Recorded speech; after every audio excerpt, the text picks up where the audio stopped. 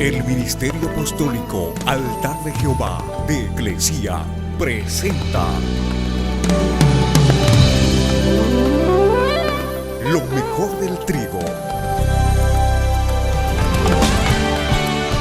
Apóstol Lourdes Bravo de Villar. Aleluya. Tome asiento, por favor. Hoy vamos a aprender lo que Cristo hizo y lo que Él es. Preste atención. ¿Qué hace un predicador del Evangelio? ¿Por qué queremos que los pastores solamente prediquen? ¿Cómo sabemos si el pastor está haciendo su trabajo? ¿Cuál es su trabajo? ¿Qué tipo de autoridad tiene el pastor? Lo que Dios ha revelado en la Escritura es que parte de la función de la iglesia depende de la predicación, de la exposición de la palabra. Porque una ensalada de consejos o sugerencias y exhortaciones generales, aunque estén bien maquillados, no son un sermón, ni mucho menos palabra de Dios. El mensaje de la cruz es locura, pero es a los que se pierden. En cambio, para los que se salvan es poder de Dios. Porque por Dios, por su consejo sabio, Él dispuso que el mundo lo conociese a través o mediante la predicación.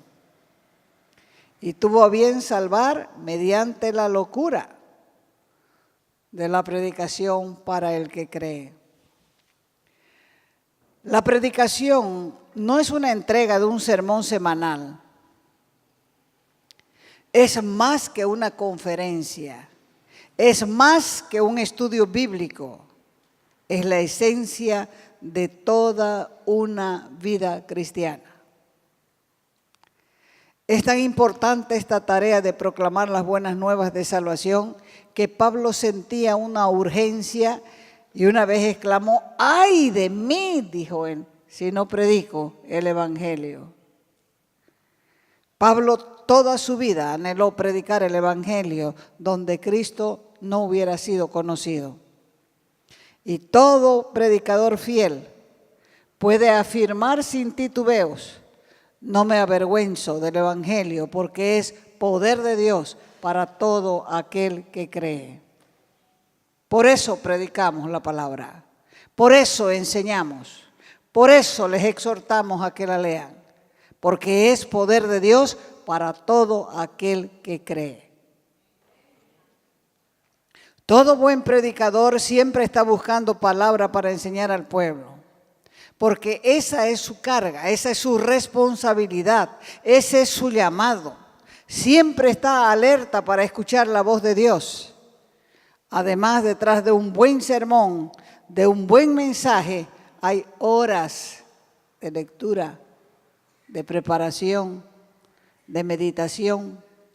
Porque el que tiene un llamamiento sabe que no puede pararse delante de un pueblo a contarles chistes, a hablar burreras. Su responsabilidad especial y única es edificar al pueblo, formar a Cristo en ellos, enseñarles a vivir la vida cristiana práctica. Por lo tanto, debe ser responsable de preparar el pan de vida, de modo que el oyente pueda comerlo hasta saciarse. Dios necesita predicadores, pero predicadores que estén en la presencia de Dios para poder hacer regresar al pueblo a las grandes verdades de la Biblia. Los mensajes llenos de palabras, pero sin cruz y sin el poder del resucitado, no cambian a nadie. Los mensajes sin cruz, llenos de emoción, llenos de aleluya, llenos de gloria a Dios, cuando acaban, nadie recuerda nada de lo que se dijo. Y Dios está buscando personas que al igual que el Señor Jesús, afirmen su rostro para ir a Jerusalén, donde está el monte Calvario, el lugar donde se crucifican todos los sueños personales, el lugar donde se crucifican todos los planes, todos los anhelos, donde lo único que brilla es la cruz de Cristo. Se necesitan hombres y mujeres, es verdad, pero son hombres y mujeres que conduzcan al pueblo a lavarse en la sangre del Cordero. Sangre que redime, sangre que limpia, sangre que perdona, sangre que nos marca como propiedad exclusiva de Dios. Se necesitan hombres y mujeres que prediquen y manden por todas partes a los hombres que se arrepientan y se vuelvan a Dios. Es necesario que como siervos de Dios señalemos a Cristo como el Señor y declaremos sin tergiversar el mensaje de la salvación que viene por confesar el señorío de Cristo. Porque está escrito en la Escritura que si confesares con tu boca que Jesús es el Señor y creyeres en tu corazón que Dios lo levantó de entre los muertos, serás salvo. Se ha perdido de vista el verdadero mensaje de la cruz. Se lo ha rebajado al nivel de solo obtener un pasaporte para el cielo y evitarnos una tremenda quemada en el infierno. Eso solo es una parte. Pero ¿qué de la vida cristiana santa aquí, abajo, en la tierra? Es cierto que Jesús dijo, vengan a mí los que están cargados y cansados, yo los haré descansar. Pero eso no fue todo lo que dijo. Él agregó diciendo, tomen mi yugo sobre ustedes, porque mi carga es liviana. Una cara de la moneda es el descanso, la libertad de la esclavitud, del tormento de una mente culpable que se vuelve un verdadero infierno. Pero la otra cara de la moneda es que en el reino de Dios se trabaja aquí en la tierra. Cristo fue un trabajador incansable. Pablo era un trabajador incansable. Y el Señor Jesús dijo, mi Padre hasta ahora trabaja y yo trabajo. Un yugo implica ir amarrado a un buey manso, con una pieza de madera sobre el cuello. Jesús dijo, aprendan de mí que soy manso y humilde. La salvación y la vida cristiana van juntas. Es un compromiso de vida con Cristo. ¿Cuál es el compromiso? Primero, seguirlo. Segundo, imitarlo. Tercero, obedecerlo. Cuarto, producir frutos. Y quinto, quizá, también sufrir y morir por Él si fuese necesario. O sea que convertirse a Cristo implica una disposición a convertirse en un siervo de Dios que lucha continuamente por establecer su reino.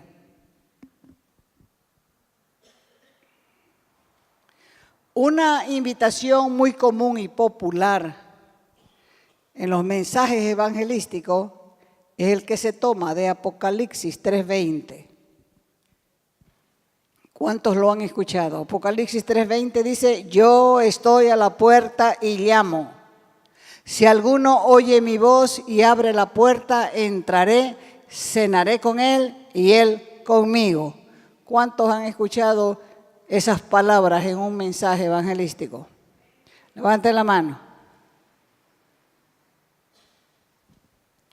Esto para algunos le crea una pobre figura de Cristo, como si el Señor estuviera tocando la puerta de los corazones diciendo, Ya pues, déjenme entrar. Abran la puerta. Déjenme entrar. Este es un mensaje fuerte que va dirigido a una iglesia tibia. Yo estoy a la puerta, iglesia tibia, y te llamo. Si alguno de estos tibios oye mi voz y abre la puerta, entraré, cenaré con él y él conmigo. Este es un mensaje fuerte que va dirigido a una iglesia tibia. Una iglesia tibia que él ha dicho que la va a vomitar por su estado espiritual. Y la llama desdichada, miserable, pobre, ciega y desnuda. ¿Pero cómo? ¿Acaso Dios no está en la iglesia? ¿En su iglesia? ¿Acaso no la ama? Hoy la gente dice, no estén juzgando. Orá mejor por la sutana o por el sutano. Cuando la escritura es bien clara. Es bien clara. Es lo que está viendo, es miseria en la iglesia. Una iglesia sin Cristo es una iglesia miserable. Se habla de Él, se predica de Él, pero Él ya no se encuentra en ella. ¿Cuándo se salió Jesús de la iglesia? El pecado lo empuja hacia afuera.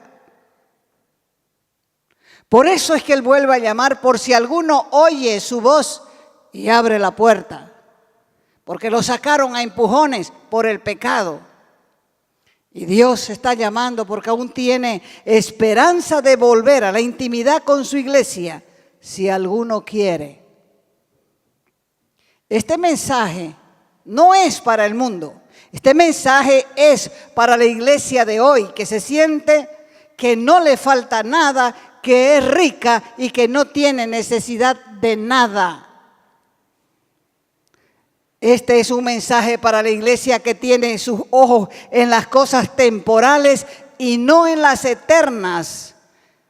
Por eso este mensaje es para la iglesia que está haciendo tesoros en la tierra y no en el cielo.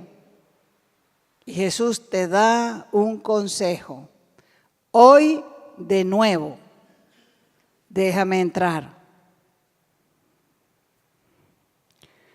Déjame entrar para tener intimidad contigo de nuevo.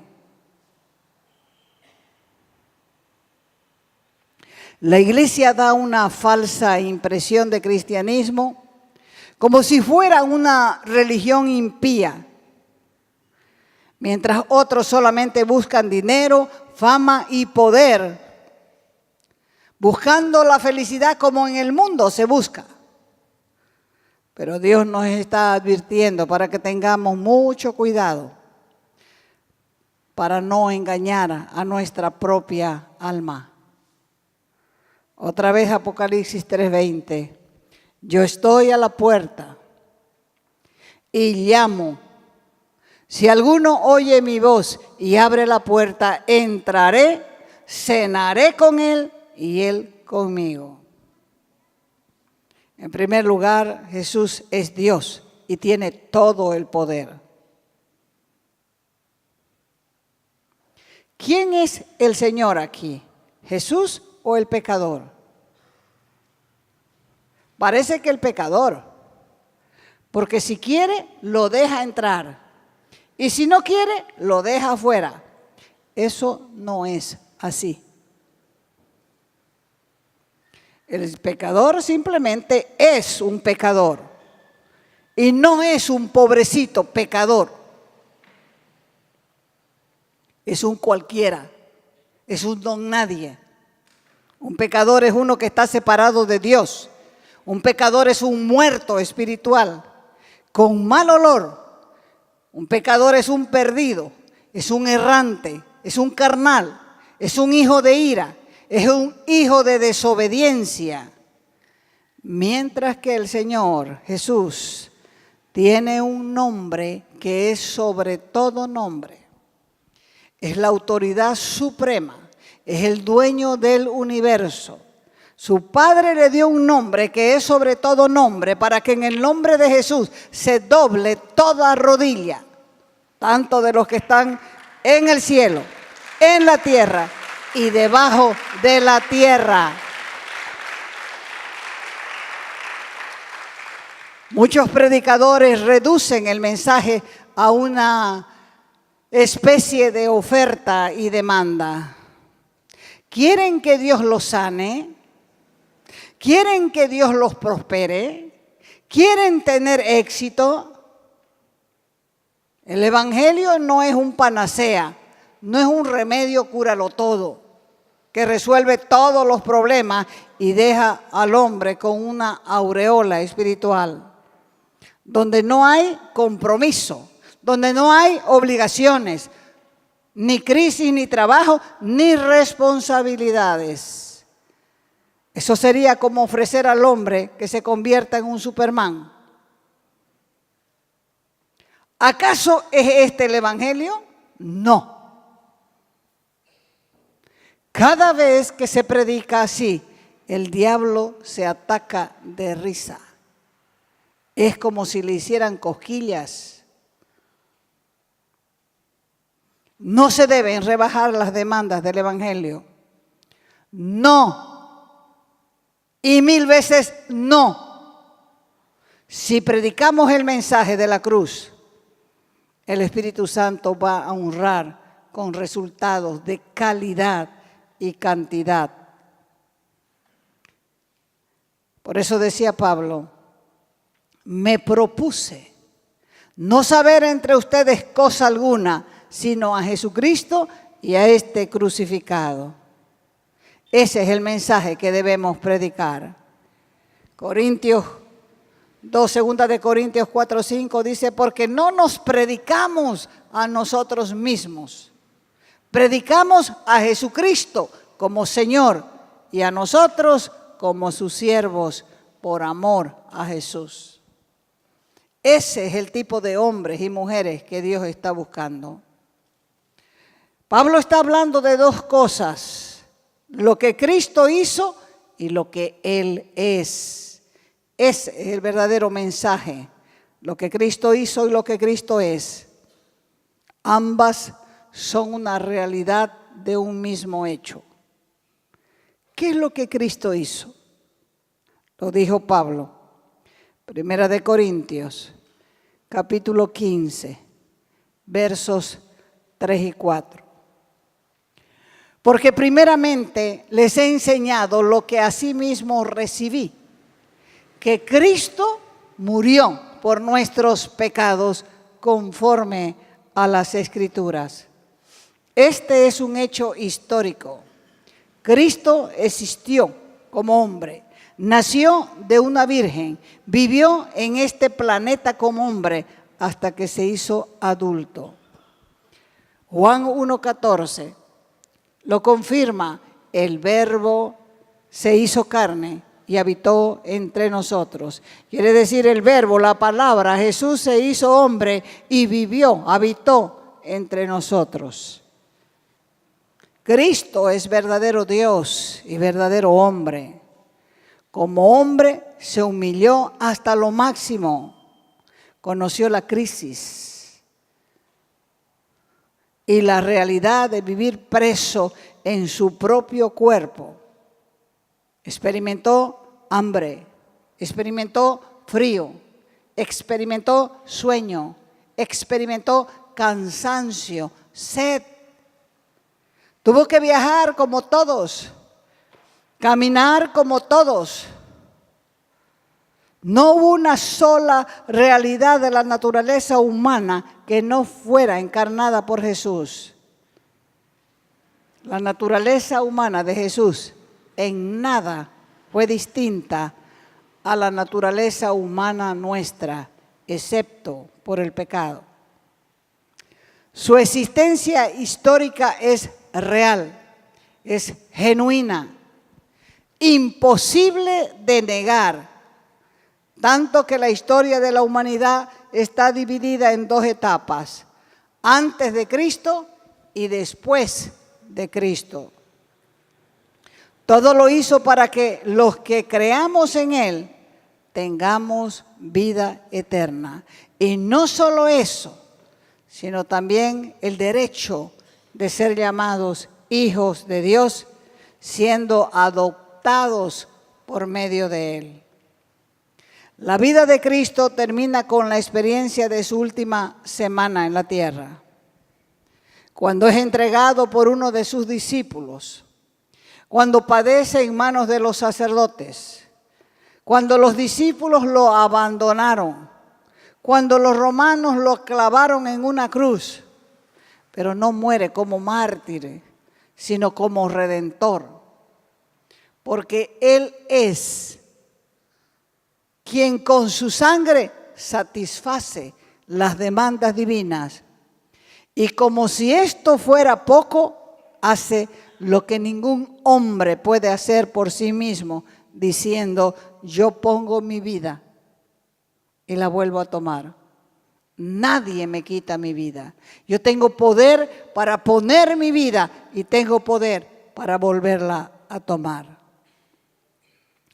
Todas las enseñanzas terrenales de Cristo, sus sermones, sus milagros, fueron hechos a nivel de hombre perfecto. Por eso dijo, animando a sus discípulos: les aseguro, les confirmo, el que cree en mí, las obras que yo hago, Él las hará también, y aún mayores, porque yo voy al Padre.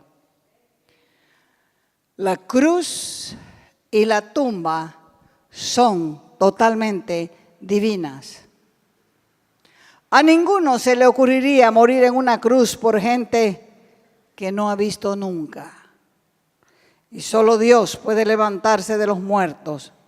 Y es por eso que nosotros podemos disfrutar de los beneficios, de los totales beneficios de esa obra perfecta y única. Pero solamente en virtud de nuestra fe en Jesucristo. Porque como dice Corintios, Él murió por nuestros pecados conforme a las Escrituras.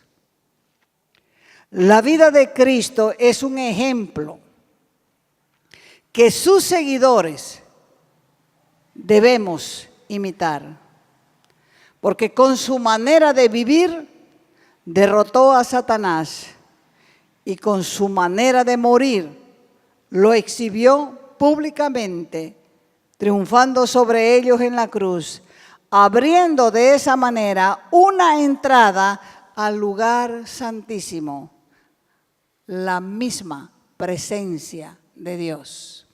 Es por eso que nosotros podemos acercarnos a Dios confiadamente, sin temor, porque la puerta fue abierta para que nosotros lleguemos al Padre por la sangre del Cordero.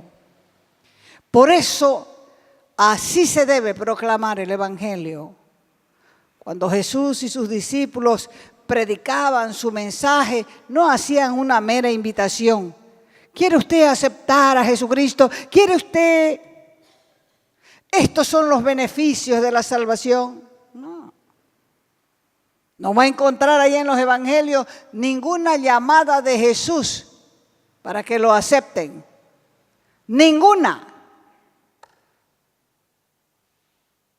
Todos los predicadores que va a encontrar en la Biblia confrontaban a las personas con la autoridad de Jesucristo como Señor. Por eso decían, arrepentíos y convertíos. Dos cosas. Arrepentimiento y conversión. ¿Arrepentirse de qué? De vivir pecando.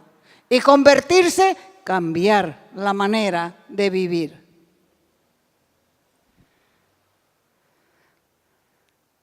Aceptar a Cristo solamente como el Salvador nos lleva a recibir los beneficios de la cruz y en un sentido nos deja en libertad de seguir manejando nuestra vida como nos plazca.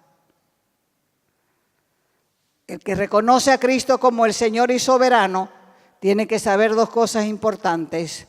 Primero, que Jesús nos salva del castigo eterno porque perdona nuestros pecados y nos regala vida eterna. Esos son los beneficios. Y lo segundo es que nos obliga a vivir bajo la autoridad total de Jesucristo, quien desde ese momento en adelante se convierte en nuestro nuevo rey, nuestro dueño, nuestro patrón y nuestro amo. Fíjese que cuando los hijos crecen y se ponen malcriados, el padre dice: aquí mando yo, o se sujeta a mis normas o se va de mi casa. ¿Dice o no dice así el padre? En la iglesia manda Cristo: o se sujeta a sus normas o se va de la casa.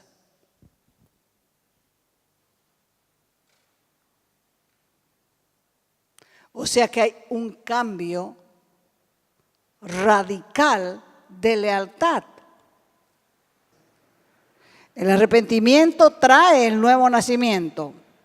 El nuevo nacimiento nos hace entrar en el reino, y al entrar en el reino tenemos que aprender a caminar en su voluntad, en sus leyes, en sus ordenanzas, en sus mandamientos. Son como la constitución del reino para poder disfrutar de la vida abundante que Él quiere darnos. Arrepentirse significa reconocer que uno ha estado viviendo como bien le parecía. Pero sin embargo, todavía hasta hoy, la iglesia vive como bien le parece. Si quiere, viene. Gran aplauso, vino fulano. Si no quiere, no viene. Si quiere, lee. Si no quiere, no lee. Si quiere, testifica. Si no quiere, no testifica. Hay mucho que aprender en la palabra. Hay que recordar con frecuencia al hijo pródigo. Este joven, en el peor momento de su vida, se dio cuenta que había tocado fondo. El hombre estaba sin trabajo. El hombre estaba pasando hambre y en necesidad. Y ahí fue que recordó su casa paterna, donde disfrutaba de todo. Y luego de pensar y meditar, tomó la decisión de levantarse de en medio del chiquero. Y se levantó con una actitud de arrepentimiento y con la decisión de pasar la vergüenza para confesar su pecado y pedir perdón. Había reconocido su necedad. Se levantó para regresar a la casa paterna. Por eso la Escritura dice: si confiesan con su boca que Jesús es el Señor y creen en su corazón que Dios lo levantó de los muertos, serán salvos. No basta con confesar, hay que creer lo que nosotros hablamos. Si no, nos convertimos en palabreros. Pablo hizo lo mismo, reconoció a Jesús como Señor en su predicación y como respuesta a la necesidad de ser salvo decía: es necesario arrepentirse y creer. Porque solo la persona que reconoce su profunda necesidad espiritual es la que llega a ser salva. Mateo 5:3 dice: dichosos los que reconocen su necesidad espiritual, porque el reino de Dios les pertenece. La obra de Cristo es completa. La obra de Cristo es perfecta. La obra de Cristo es suficiente para salvar.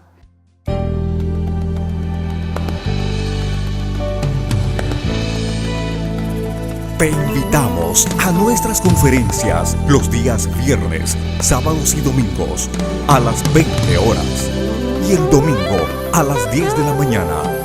Calle Nicolás Suárez, esquina Félix Pinto,